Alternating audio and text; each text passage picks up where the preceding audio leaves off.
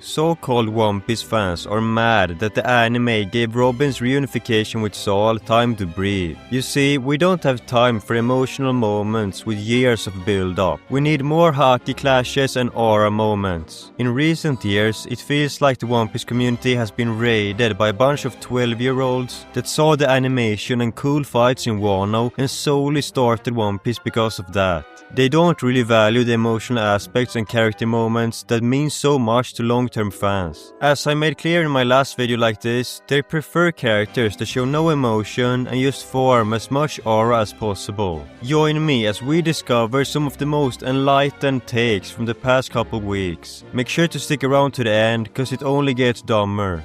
This reunion is a reminder that the Straw Hats never face consequences. He then goes on to argue that Saul being alive completely ruins Robin's backstory and strips away the weight of everything that happened on Ohara. Son, how is her backstory diminished just because one person out of everyone she knew on that island survived? Let's remember that she lost her mother and all her friends from the Tree of Knowledge. She watched as they burned to death along with her entire homeland. That's the reason her reunion with Saul hit so incredibly hard. Because she spent 20 years believing she had absolutely nothing left from her past. Her finding out that the giant who gave her a smile is still out there doesn't erase the tragedy. It makes the payoff beautiful. How can you not give her that moment after everything she endured? And how can this guy claim she never faced any consequences? Her whole life was significantly altered. She had severe trust issues until after Enies Lobby. She spent her life on the run from the largest organization in the world since the age of 8.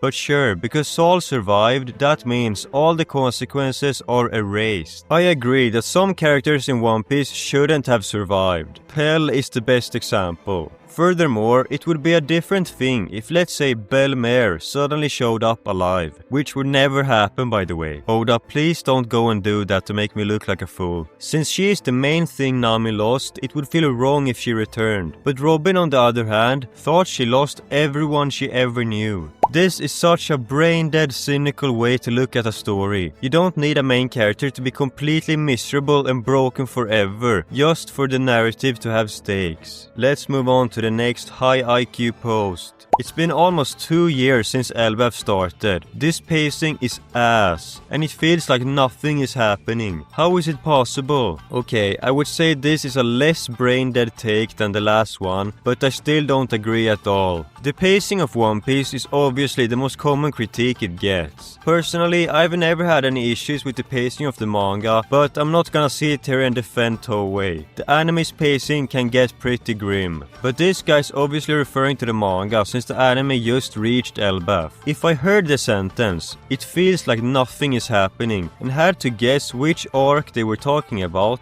Elbaf would probably be at the very bottom, next to Marineford. There has been so much stuff happening that it's hard to even keep track of everything. That would honestly be a better critique.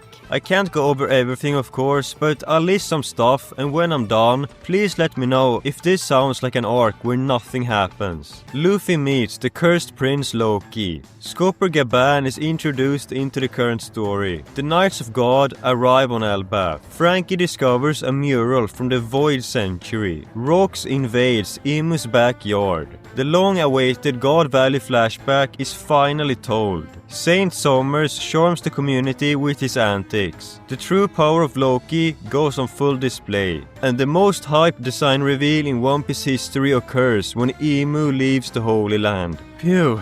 Damn, I'm almost out of breath listing everything. Almost every chapter has at least one major revelation or amazing moment. We are finally getting answers to questions we've been asking since the Bush administration. The God Valley flashback alone is something fans would have traded their left kidney for 5 years ago. And now that it's here, people are complaining about Oda cutting away from the main story. The problem isn't that nothing is happening. The problem is that modern weekly readers have zero patience. Elbaf is delivering the massive momentum we've been waiting for. You just have to actually read the text bubbles to realize it. If you can read, make sure to locate the subscribe button and completely smash it.